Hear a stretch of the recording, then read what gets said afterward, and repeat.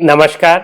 आज हम लोग चर्चा करेंगे कि मनुष्य जीवन में हम जो कुछ भी करते हैं क्यों करते हैं, उसका लक्ष्य क्या है, उसके पीछे का लक्ष्य क्या है, उसके पीछे की सोच क्या है।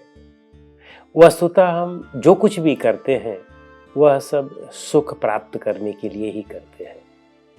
जैसे पति जब शादी करता है तो क्यों करता है? अपने सुख के लिए करता है, न कि पत्नी के सुख के लिए। या महिला जब शादी करती है तो क्यों करती है? वह अपने सुख के लिए करती है, न कि पति के सुख के लिए करती है। हम बच्चे जनते हैं तो क्यों जनते हैं? अपने सुख के लिए जनते हैं, न कि बच्चे के सुख के लिए, क्योंकि बच्चा तो अभी पैदा ही नहीं हुआ है। तो अपने सुख के लिए हम जो भी कार्य करते हैं वह अपने सुख के लिए करते हैं।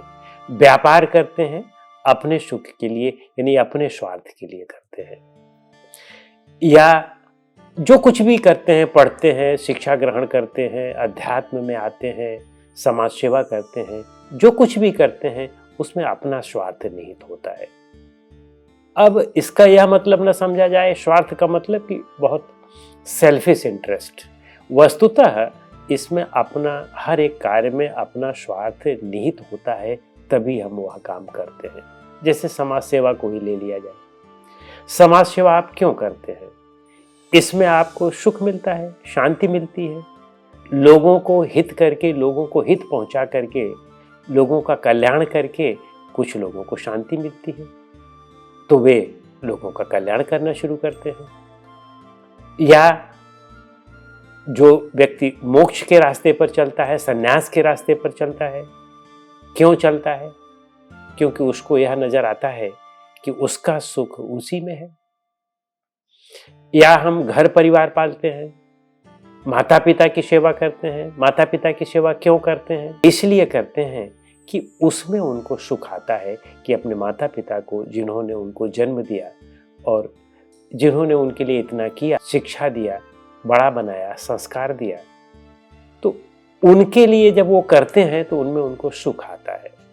तो इसे चाहे आप स्वार्थ की दृष्टि से देख लें या परमार्थ की दृष्टि से देख लें, हर एक कार्य जो कुछ भी मनुष्य करता है वह अपने स्वार्थ के लिए करता है, दूसरे के स्वार्थ के लिए नहीं करता है।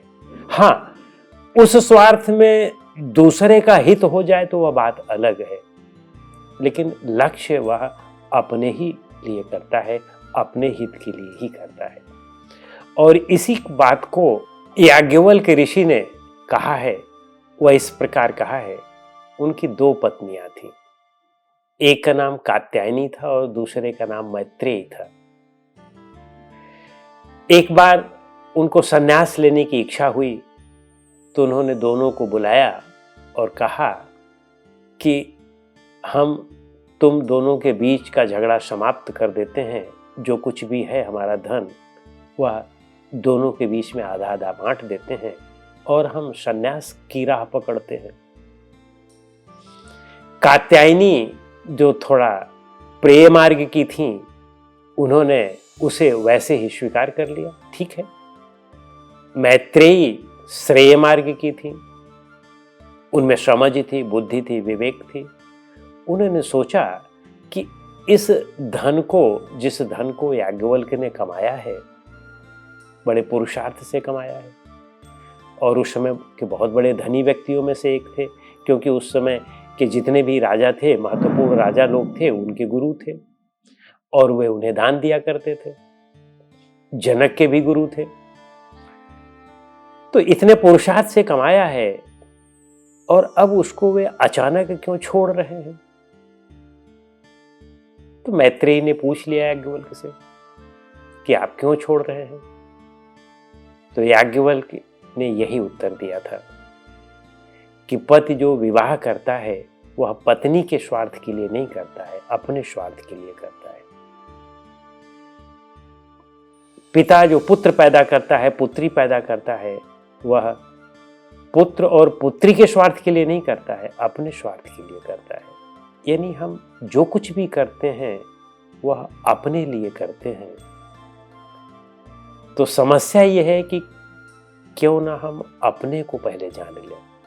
वो जो अपना है जिसे अपने के लिए हम करते हैं, उस अपने को पहले क्यों न जान लिया जाए। यदि उस अपने को जान लिया गया तो सारी चीजें सत्य समझ में आ जाती हैं।